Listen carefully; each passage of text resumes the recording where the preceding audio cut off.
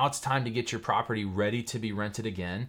And we recognize that in the life of a landlord, this is probably one of the most stressful times. You go from having a property that's generating income and where the expenses are relatively fixed and stable to now having a property that's vacant and the expenses are variable because there's a lot of work that needs to be done to it, most likely, and it's also not generating any income. So we want to get you through this valley of no income to have that property producing income for you again with well-qualified tenants, and we want it to be back in the right condition. And so there's 3 different methods that we have, ways that we can proceed from here to make that happen. The first method is the Mesa Handles It For You method. The second is the you do it yourself method. And the third is the hybrid method, which is a mix between the 2 of those. So the first method being the Mesa Handles It For You method. This is the preferred method because the data shows that this is the fastest way to get the property turned over. When your property manager maintains control of the entire process, scheduling with the contractor, the cleaners, the painter, all of the different people that are going to need to go in there, typically we're able to coordinate that quicker for the owner. And one thing to keep in mind is that a vacant property, you should be thinking this way, a vacant property costs you, depending on what your rent amount is, anywhere between $75 and $125 based on our average rents per day in vacancy costs. So time is of the essence. We want to get this thing turned over quickly so that you stop bleeding that money. The contractors that we work with, again, all third party, we know the quality is good and the speed is typically pretty good as well. When we handle everything from beginning to end, that means we can also handle the return of the security deposit back to the tenant, less any charges. If we're working with contractors, then we're able to do that in a more expeditious manner than we otherwise would be able to if the owner is managing some or all of that process themselves. The second method is the you do it all yourself method. And some owners want to do this, and that's completely fine. If you go this route, it probably means you have your own people that you want to work with contractor wise, or maybe you're handy and you've got the time and you want to do it yourself. That is totally fine. If you go with this method, then what we do is we transfer the entire security deposit back to you. You now have possession of those funds. What we're then required to do is give your tenant notice that the security deposit has moved from being held by Mesa Properties to being held by you as the owner.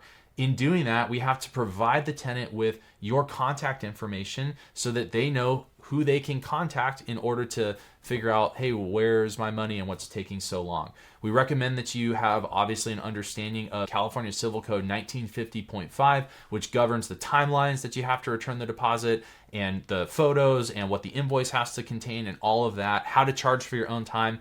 We have lots of resources around this on our website that you can find if you are choosing to go this method. So again, if you go this method, we cannot handle the security deposit disposition for you unless you're not wanting to charge the tenants for anything. If you're saying, look, they were there for a long time, I don't want to charge them for anything, so go ahead and just return the deposit back to them, then that's totally fine. But if you're wanting to charge the tenants from the deposit and you're doing the work, or you're having a third-party contractor do the work that's not one that we have an agreement with, that we've worked with before, then we cannot handle that security deposit disposition for you. So just want to be totally upfront about that. Once you're done with everything and you say, hey, property's ready to be re-rented again, we go back to the property and do a rent-ready inspection again. So we do charge our inspection fee for that at the end of that, just to make sure that nothing got missed. And if anything did get missed, we can identify it and say, hey, these things still need to be done. How do you want to handle that? But since that is an inspection, that does trigger our inspection fee. All right, and the last option is option 3, what we call the hybrid method. This is where you do some of the work and we do some of the work. The one rule here is that you go first. We don't ever send Mesa contractors and owner contractors at the same time. They end up tripping over each other. There's miscommunication and confusion about who's doing what. So we have you go first, then we come in after. We actually do another inspection to make sure that we're totally clear on what still needs to be done on the property, and then we will send in any contractors or workers to do the remaining portion of it. And also on this method, we do send the deposit to you as well, since you have taken control of the property and started sending contractors there. We cannot do the deposit disposition typically if the owner is using their own contractor or doing some of the work themselves. So just want to make that clear as well. We can provide you with invoices that on DIY, after the contractors we've sent have gone, we can provide you with invoices and photos from them so that you can handle that security deposit accounting correctly per the law. But if you're doing any of the work at all, whether it's the DIY method or the hybrid method, then you are the one as the owner who does the security deposit return and disposition to the tenant. Now let's just talk briefly about management fees.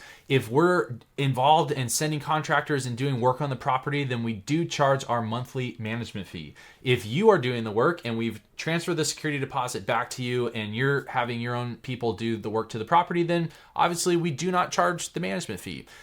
One quick note on estimates is that, again, we use these contractors so frequently and they're doing 20 to 30 jobs, rehabs like this a month, that we really want to make sure we protect our time. If we're frequently sending out contractors to give estimates and they spend all the time and then they don't get the job, that's going to make it very difficult for us to protect our relationship with them.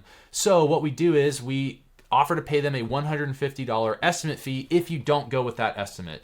And again, since we've given you a ballpark price on what the entire job should cost, it shouldn't really be a surprise when the contractor sends in the estimate. That should be about what you were expecting. So then if we say, nope, not going to use them, I'm going with somebody else, then we will pay that contractor a $150 fee out of your funds to compensate them for the time of providing the estimate. One more thing before I close, which is that if you are not going to be turning this back into a rental and you're instead planning to move back in or to sell it with your own agent, we typically recommend that you take the DIY option just because expectations are usually different for an owner who's going to be taking the property back than for an owner who's going to be having Mesa continue to manage it as a rental. So that's just what we recommend. Your property manager can talk more to you about that if you have questions. The next steps for you is just to let the property manager know which way you want to go so that we can continue with the process. But we are here to try to get you through this valley of no income as quickly as possible and to make it so that you truly can own rental property without it owning you.